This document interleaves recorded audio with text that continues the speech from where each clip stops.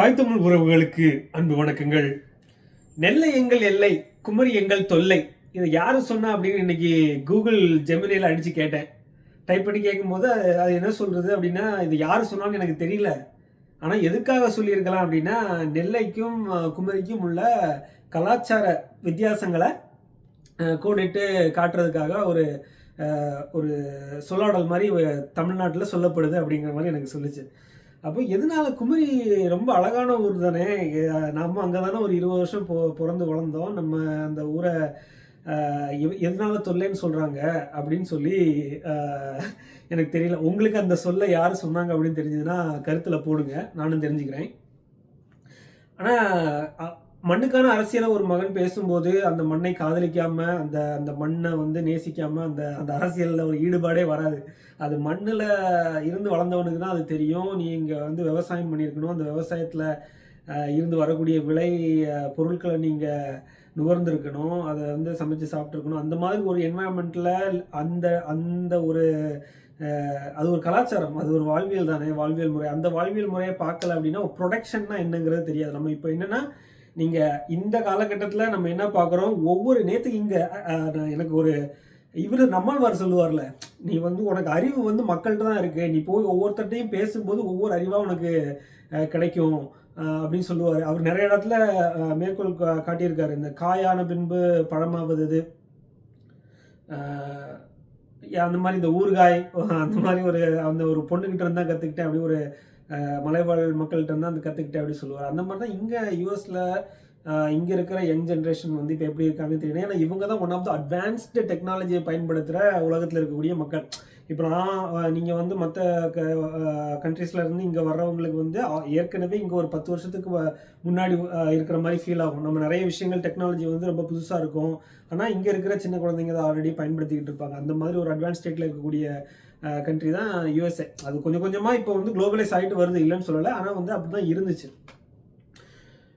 அப்போ நீங்கள் பார்க்கும்போது அவங்க என்ன சொன்னாங்க அப்படின்னு, ஏன் இங்கே இவ்வளவு ஒரு வெறுப்புணர்வு ஏற்படுது, ஷூட்டிங் நடக்குது, அந்த மாதிரி நிறைய ஒரு இங்கே யூஎஸில் பொறுத்த வரைக்கும் நீங்கள் ஒருத்தர் இப்போ பார்த்தீங்களா, முன்னாடிலாம் ஒருத்தங்க வீட்டு கதவு தட்டலாம், கதவை தட்டி என்ன ஏதுன்னு கேட்கலாம், ஒரு நெய்பர்ஹுட் ரிலேஷன்ஷிப் இருக்கும். இப்போ ஒரு வீட்டு கதவை தட்டினாலே வெளியே யார் வந்திருப்பா, ஒரு சேல்ஸ்மேன் வந்திருப்பாரோ, இல்லை வந்து இந்த மதம் பற்றி பேசுகிறதுக்கு யாராவது வந்திருப்பாங்களோ, இல்லை வந்து ஒரு போஸ்ட்மேனோ போஸ்ட்கார்டோ, அதாவது அடுத்த மனிதனை பார்க்கும்போதே ஒரு பயமுள்ள நகரங்கள் எல்லாமே அப்படி தான் இருக்குன்னு நினைக்கிறேன்.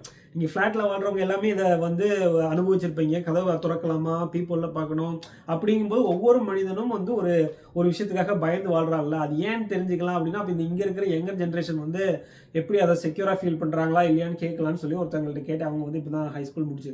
அப்போது நான் பேசிக்கிட்டே இருக்கும்போது என்ன சொல்கிறாங்க அப்படின்னா, ஃபோன் இருக்குல்ல, அதுதான் வந்து ஒருத்தர் இவ்வளோ தூரம் நான் என்ன சொன்னேன் அப்படின்னா, ஒருத்தர் தெரிஞ்சுக்கிட்டா தானே வந்து அந்த பயம் விலகும். நீ யார் நான் தெரிஞ்சுக்கணும், நான் யார் நீ தெரிஞ்சுக்கணும். அப்போ தான் உங்களுக்கு இருக்கக்கூடிய அந்த அந்த பயம் விலகும் உங்களுக்குள்ள. அப்போ தான் உங்களுக்கு இவனை பார்த்து பயப்பட தேவையில்லை, இவனை வந்து நம்ம எதிரியாக கருத தேவையில்லைன்னு அப்போ தான் தெரியும்.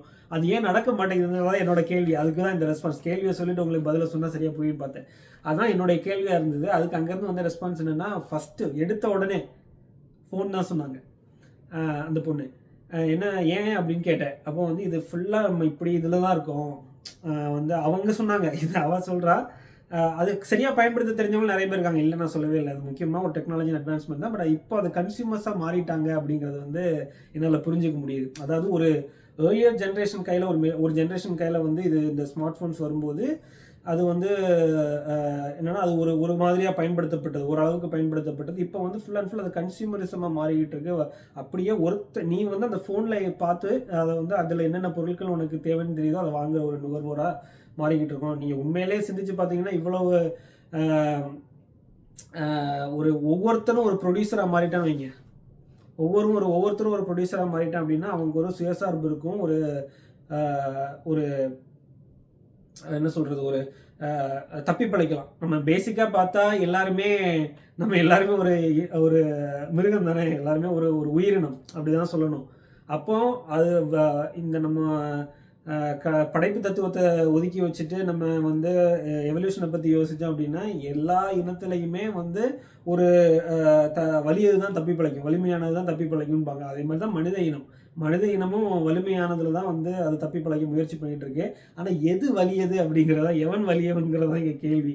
வலியவன்கிறது வந்து எதன் அடிப்படையில கட்டமைக்கப்படுது? இன்னைக்கு அது வந்து முழுக்க முழுக்க அந்த கேஷ், பணம், அந்த சரக்கு பரிமாற்றத்துல தான் வந்து அது வலியவன். அதுதான் அதிகாரத்தையும் குடுக்குது. அதுதான் எல்லாத்தையுமே குடுக்குது. ஆனா உண்மையிலே வலியவன்கிறது வந்து காசு அடிப்படையில தான் இருக்கணுமான்னு கேட்டா இல்ல. உண்மையிலே வலியவன்கிறது வந்து என்னன்னா, மக்கள் செல்வாக்கின் அடிப்படையில தான் இருக்கணும். எவ்வளவு பேர வந்து ஒரு வலிமையானவங்களா மாத்த முடியும். அப்படின்னா தான் இந்த மொத்த இனமே தப்பி பிழைக்கும். இல்லைன்னா அதுக்குள்ளேயே அந்த போட்டி நடந்துகிட்டு இருக்கும். இந்த மொத்த இனத்த பத்தி பொதுமையா யோசிக்கணும்னா, அதுதான் பொது உடைமை. அந்த பொது உடைமையிலயும் ஒரு இந்த எவல்யூஷன் பாகம் இருக்கு. எல்லாருக்கும் எல்லாம் இருக்கணும் அப்படின்னா, ஒவ்வொருத்தனுக்கும் அ அ அவனால செல்ஃப் சஸ்டெயின் பண்ண முடியணும். அவன் இன்னொருத்தன டிபெண்டன்ட் ஆகி இருக்கக்கூடாது அப்படிங்கிற மாரி ஒரு கட்டத்துக்கு வந்தா தான் வந்து சரி வரும். அது வந்து கேயாஸா இருக்கணும்னு இல்ல. அது வந்து ஒரு ஆர்டர்ட் சொசைட்டிய உருவாக்கும். அது வந்து ஒரு ஆர்டர்ட் சொசைட்டிய உருவாக்கும். எல்லாருமே வந்து ஒரு சுயசார்பு இருக்கணும். அதே மாரி அந்த அந்த தலைவன் எவன் வர்றாங்கிறதுல தான் இருக்கு உண்மையிலே. அவன் எப்படி வழிநடத்துறாங்க தான் ம இது இருக்கு. இப்படி இந்த ஒவ்வொரு ஒவ்வொரு மனிதனும் இந்த மாதிரி மாறும்போது என்ன ஆகும் அப்படின்னா, அவனுக்குள்ளேயே சிறந்தவன் வந்து அத லீட் பண்றதுக்கு வந்துருவான். அது அப்படிதான் நடக்கும். இப்ப நம்ம கன்னியாகுமரி போவோம். கன்னியாகுமரி போய் கன்னியாகுமரி ஏன் இவ்வளோ ஒரு அழகான ஊருன்னு நான் உங்களுக்கு சொல்றேன். அங்க என்னென்ன இருக்குன்றத சொல்றேன். அ அங்க வந்து வாழ்ந்து வரும்போது அந்த பக்கத்துல புத்தேரி குளம். சரியா? அது காலையில முன்னாடிலாம் அந்த பக்கத்துல ரெ ரெ அ என்னோட என்னோட இளம் வாழ்க்கையில நான் அனுபவிச்ச சில அ அந்த ஊர்ல பொறந்து வரும்போதே நீ வந்து சிலவங்க என்ன நினைப்பாங்கன்னா, சில ஊர்ல பொறந்து வரும்போதே அவங்களுக்கு வந்து வெளிய போணும் அப்படிங்கிற மாரி தான் ஒரு எண்ணம் இருக்கும். இதெல்லாம் ஒரு ஊரா அப்படிங்கிற மாரிலாம் இருக்கும். நீங்க இந்த கருத்து மாம்படத்துல காட்டியிருப்பார்ல. பாருங்க மேடம், இவங்கலாம் வந்து தாஜ்மஹால் கட்டும்போது கொத்தனாரா வேலைக்கு பார்த்தவங்க. அதுக்கப்புறம் பிரிட்டிஷ் போனதுக்கப்புறம் இங்க வந்து இங்க வந்து படுத்துருக்காங்க மேடம் அப்படின்னு சொல்லுவாங்கல்ல. அந்த மாதிரிப்பட்ட கிராமங்களும் இருக்கு. ஆனா இது அப்படி இல்ல. குமரி அப்படி இல்ல. குமரி செம்ம பசுமையா இருக்கும். புத்தேரியெல்லாம் வந்து புத்தேரி, திட்டுவல் அந்த அந்த அ அந்த லைன்ல அப்படியே நீங்க காளிகேசம், வட்டப்பாறை வரைக்கும் போனீங்கன்னா, ரப்பர் எஸ்டேட் கொஞ்சம் அது எப்படி மாறும் அப்படின்னா, முதல்ல அந்த ரயில் தண்டவாளம் வரைக்கும் ஒரு தான் உங்களுக்கு நகரம் இருக்கும். அதுக்கப்புறம் அப்படியே அந்த குளம் ஆரம்பிக்கும். அந்த குளத்துலேருந்து அப்படியே அப்படியே போனோம்னா கோயிலு, அப்படியே போனோம்னா அடுத்து நெல் வயல் 2 பக்கத்துலயும். அப்படியே உள்ள போனோம் அப்படின்னா பனைமரங்கள். நீங்க அங்க தான் நீங்க இதெல்லாம் பார்ப்பீங்க. காமராஜர் படம். அங்க வந்து நிறைய சாதி சங்கங்கள்னு போர்டு இருக்கும். நாடார் சாதி சங்கங்கள்னு போர்டு இருக்கும். அது வந்து நான் இத எப்படி உங்களுக்கு விவரிக்கிறேன் அப்படின்னா, நான் ஊர்ல இருக்கும்போது இதெல்லாம் எனக்கு வந்து இது ஒரு ஒரு அரசியல் பார்வையோட பார்க்கணுமே தோணும். எல்லாம் அந்த அழகா அப்படி ரசிச்சுட்டு போவோம். அதுக்கப்புறம் நெறைய விஷயங்கள தெரிஞ்சதுக்கப்புறம் அந்த ஊர நீங்க ஒரு மேல இருந்து பார்க்கும்போது, அந்த அந்த அந்த அந்த சிலைகள், அந்த போர்டுகள், சிலைகள் அந்த சங்கங்களின் பதாகைகள், அந்த போர்டுலாம் அப்ப எனக்கு வந்து வேற மாரி க க தெரிஞ்சது. இப்ப எனக்கு அத பார்க்கும்போது ஒரு ஒரு கொஞ்சம் அரசியல் அறிவு அதிகமானதுக்கு அப்புறம் பார்க்கும்போது, என்ன நடக்குதுங்கிறது அப்படியே உனக்கு புரியுது. ஊர் அவ்வளோ அழகா இருக்கும். ஆறு ஓடும். அதுக்கப்புறம் ஃபுல்லா நெல்வெளியா இருக்கும். அதுக்கப்புறம் பனை மரங்கள், வாழை மரம், அங்க வந்து மாமரம். நீங்க ஏதாவது ஒரு பழக்கடைக்கு போனீங்கன்னா, அப்படியே ஒரு 10, 15 கலர்ல பழம் தொங்க போட்டிருப்பாங்க வெளிய. அது அப்படியே ஒவ்வொன்னு மட்டிப்பழம், மோரிஸ் பழம், செவ்வாழை செவ்வாழை, ஏத்தம்பழம், அப்படி அ ரசகதளி, அ பூவம்பழம், மட்டிப்பழம், அப்படி தேன் மாரி இருக்கும் மட்டியெல்லாம். மட்டியெல்லாம் அப்படி நீங்க அப்படி பிசுக்குன்னு ஒரு ஒரு இவ்வளோ தான் இருக்கும். ஒரு பெல்லட் மாரி தான் இருக்கும். அப்படியே நின்னு பழுக்குனே அத வந்து நின்னு பழுக்க வைக்கிறது அப்படிம்பாங்க. இப்ப அது கிடையாது. அது பார்த்தீங்களா, அந்த சுவைய எப்படி மறந்துட்டோம் பாருங்க. தன்பழுப்புன்னு சொல்லுவாங்க. அதாவது ஒரு விவசாயி இருக்காங்க அப்படின்னா, வியாபாரத்துக்கு வைக்கிறத வந்து சீக்கிரமே ஃபுல்லா பழுக்கிறதுக்கு முன்னாடியே கொஞ்சம் காயா இருக்கும்போதே பறிச்சுருவாங்க. அப்பதான் அது சரியா வியாபாரத்துக்கு பயன்படுத்த முடியும். ஆனா வீட்டுக்கு எடுக்கிறது வந்து கொஞ்சம் நின்னு பழுக்க விட்டு அத வந்து மூடி வச்சிருப்பாங்க. நின்னு பழுக்கிறது தேன் மாரி இருக்கும்.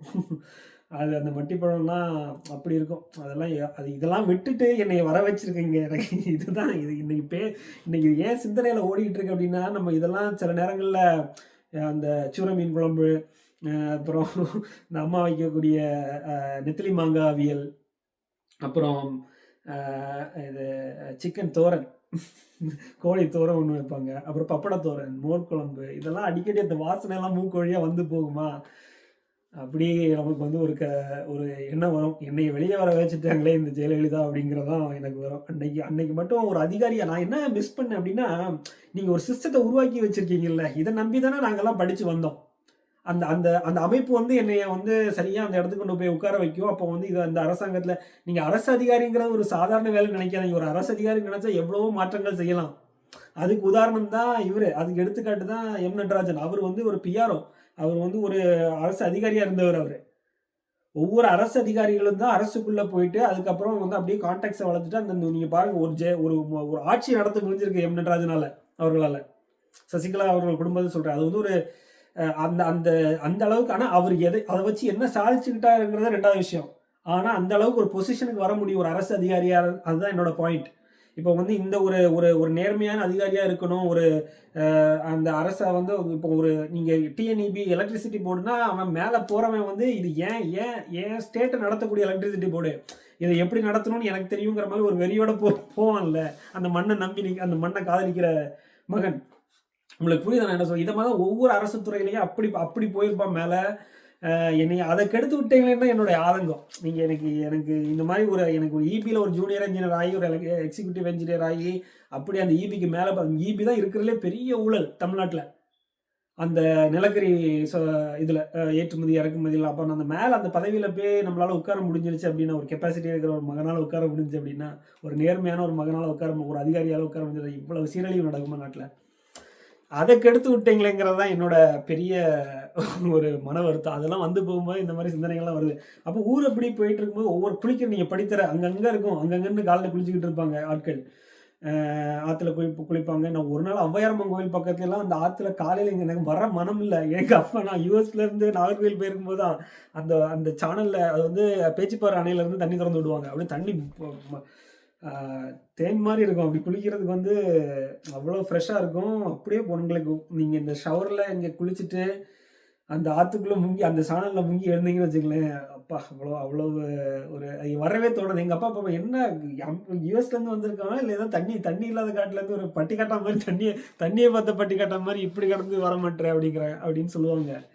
அதெல்லாம் வந்து அ ஆனா நான் என்ன சொல்றேன் அப்படின்னா, இது வந்து ஒரு அனுபவம். இது நம்ம இப்ப இருக்கிறது ஒரு அனுபவம். அத வந்து ரசிக்க நம்ம அங்கேயே நான் என்ன சொல்றேன் அப்படின்னா, அந்த அந்த ஊர விட்டு வெளிய வர்றதுக்கு அந்த ஊர தானே நீங்க சரி பண்ணியிருக்கணும். அந்த அமைப்ப சரி பண்ணியிருக்கணும். இருக்கிறவன அங்க இப்ப நீங்க பண்ண வேண்டிய நேரம் வந்துருச்சுல்ல. இங்கேயே பாருங்க இன்னைக்கு ஹெச்என்பி பிரச்சனை ஆகுது. இனிமே வந்து அவங்கவங்க நாட்டுல இப்போ அவங்க தொழில் ஏற்படுத்தி குடுக்கணும். அப்ப அத நோக்கின பார்வை உள்ள போணும். அந்த மாரி தானே நடக்குது. இப்படிதான் கன்னியாகுமரியில இங்க வந்து ஆனா வந்து ஸ்கூல்ஸ் நெறையா இருக்கும்.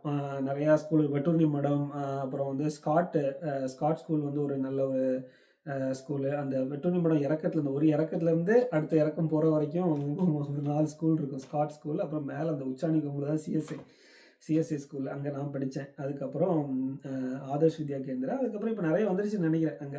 ஹிந்து வித்யாலயாலாம் இருக்கும் முன்னாடி.